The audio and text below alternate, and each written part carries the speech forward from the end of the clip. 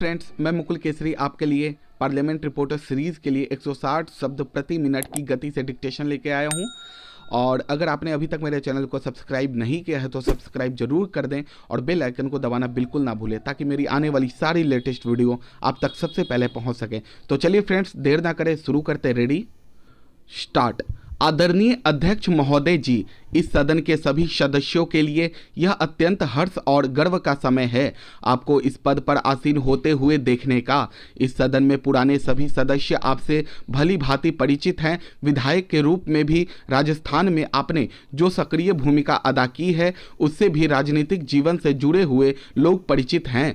हम सबके लिए गर्व का विषय है कि स्पीकर पद पर आज एक ऐसे व्यक्तित्व का हम अनुमोदन कर रहे हैं, सर्वसम्मति से उनको स्वीकृति दे रहे हैं, जो सार्वजनिक जीवन में विद्यार्थी काल से छात्र संगठनों से जुड़ते हुए यूनिवर्सिटी की छात्र गतिविधि का नेतृत्व करते हुए जीवन का सर्वाधिक उत्तम समय किसी भी प्रकार के ब्रेक के बिना अखंड अविरत समाज जीवन की किसी न किसी गतिविधि से जुड़ा रहा।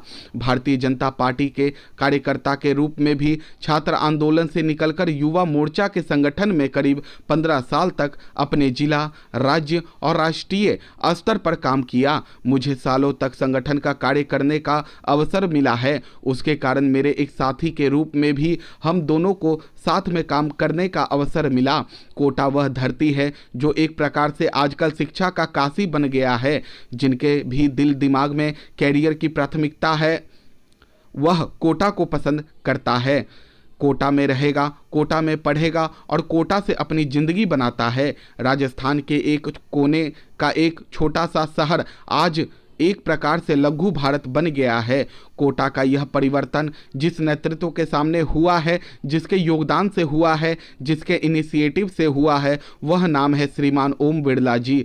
आमतौर पर राजनीतिक जीवन में हम लोगों की एक छवि बनी रहती है कि हम 24 घंटे राजनीति करते हैं, उठापटक करते हैं, तू मैं करते हैं, कौन हारे कौन जीते इसी में लगे रहते हैं। लेकिन उसके अलावा एक सच्चाई होती है जो कभी कभी उजागर नहीं होती है।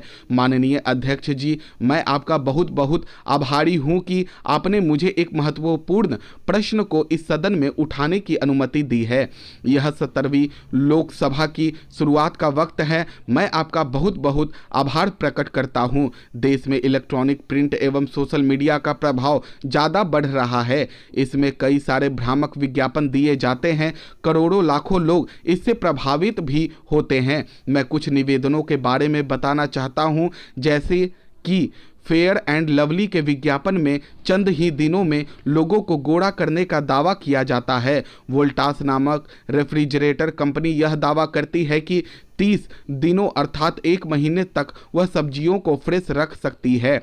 एक चाइनीज कंपनी है वीवो, उनका दावा सरकार के द्वारा भी गलत पाया गया है। कई सारी शिक्षा संस्थाओं में इनके मानक को बढ़ा चढ़ाकर दिया जाता है, जिससे छात्र दुष्प्रभावित होते हैं, उनकी तरफ आकर्षित होते हैं और उनका शोषण होता है। अध्यक्ष महोदय, मैं आपसे कहना चाहता हूं कि पिछले कई सालों में इस प्रकार की शिकायतें बहुत बढ़ रही हैं। सरकार ने इस पर कदम भी उठाया है। मैं मंत्री जी का भी इसके लिए बहुत बहुत अभिनंदन करना चाहता हूं, मगर मैं आपके माध्यम से इस सदन और सरकार से यह प्रार्थना करना चाहता हूं कि क्या सरकार सिर्फ शिकायतों को देखकर नहीं बल्कि सुओ मोटो अपनी ओर एक व्यवस्था बनाए, अपनी ओर से एक निगरानी व्यवस्था बनाए, सुओ मोटो व्यवस्था से ऐसे विज्ञापनों पर रोक लगाए और उस पर कड़े से कड़े प्रावधान करे। क्या सरकार इस बारे में सोचेगी? महोदय, यह बहुत ही महत्वपूर्ण प्रश्न है क्योंकि गलत दावे करने वाले इश्तेहार लोगों को भ्रमित कर सकते हैं और इसके लिए कानून भी है, नियम भी है। कंज्यूमर अफेयर्स मिनिस्ट्री का एक बहुत अच्छा ग्रीवांसेस अगेंस्ट मिसलीडिंग एडवर्टाइजमेंट्स नामक एक पोर्टल है। पोर्टल पर शिकायतें आती हैं। पिछले 4 सालों में 6710 शिकायतें इसमें आई हैं, जिसका समाधान किया गया है। महोदय, मेरे प्रश्न के उत्तर में माननीय मंत्री महोदया जी ने जो कहा है उससे यह साबित हो रहा है कि हर वर्ष बाल यौन शोषण के मामलों की संख्या में बढ़ोतरी हो रही है। ऐसे मामलों में लगातार बढ़ोतरी भी हो रही है और ऐसे मामलों का न्यायालय से निपटारा होने की गति में भी कुछ ज़्यादा सुधार नहीं हो रहा है।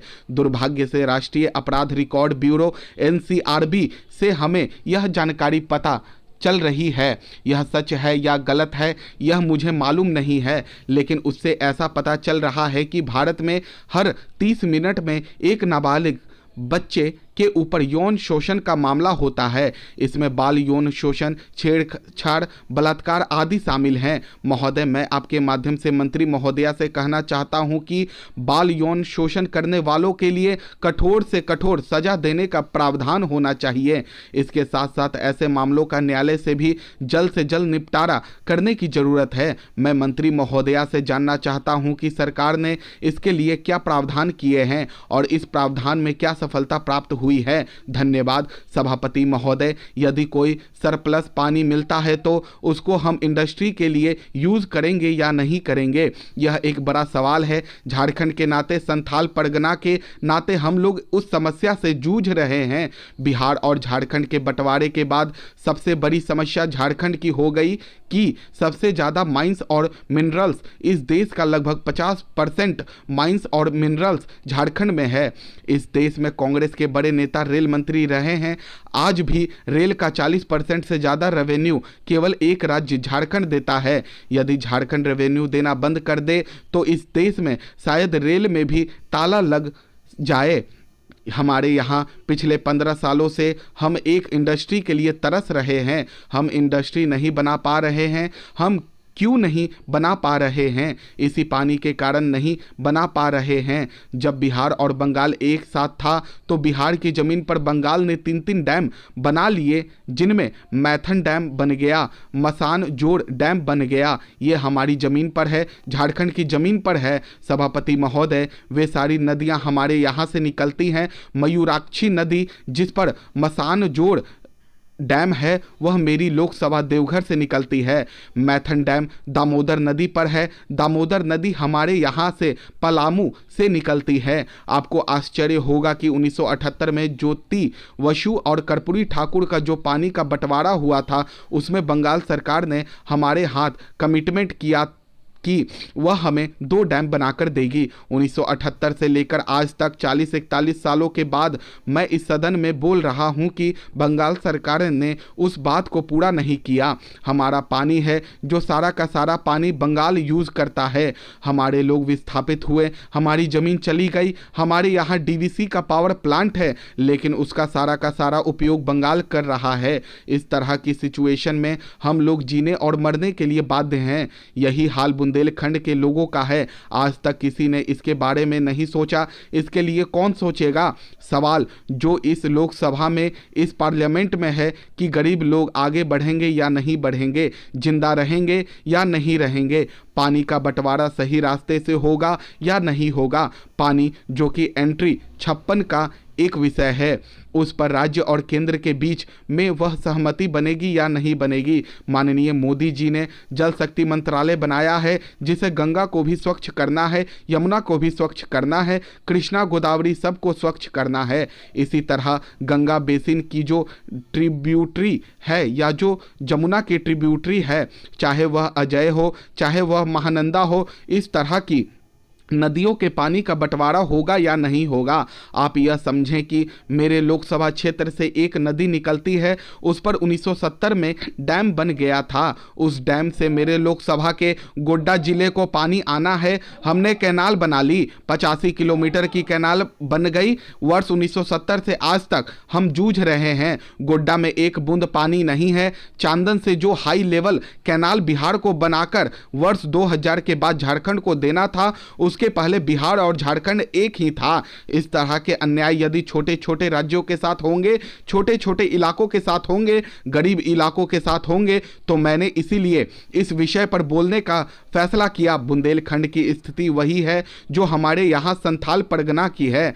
सेम वही सिचुएशन है। 80% लोग गरीबी रेखा के नीचे हैं। 75% महिलाएं शोषण का शिकार हैं, एनीमिक हैं। बच्चे जो पैदा होते हैं वे जिंदा रहेंगे कि नहीं रहेंगे, यह एक सबसे बड़ा सवाल है। हेल्थ फैसिलिटी नहीं है, एस्पिरेशनल डिस्ट्रिक्ट्स जो इस देश में 115 एस्पिरेशनल डिस्ट्रिक्ट्स हैं, उनमें से हमारे सारे के सारे ज़िले हैं। 24 ज़िलों में से 21 ज़िले झारखंड के एस्पिरेशनल डिस्ट्रिक्ट्स हैं। उसमें सबसे बड़ी समस्या है कि हम पीने का पानी दे पाएंगे कि नहीं दे पाएंगे, किसानों को पानी दे पाएंगे कि नहीं दे पाएंगे।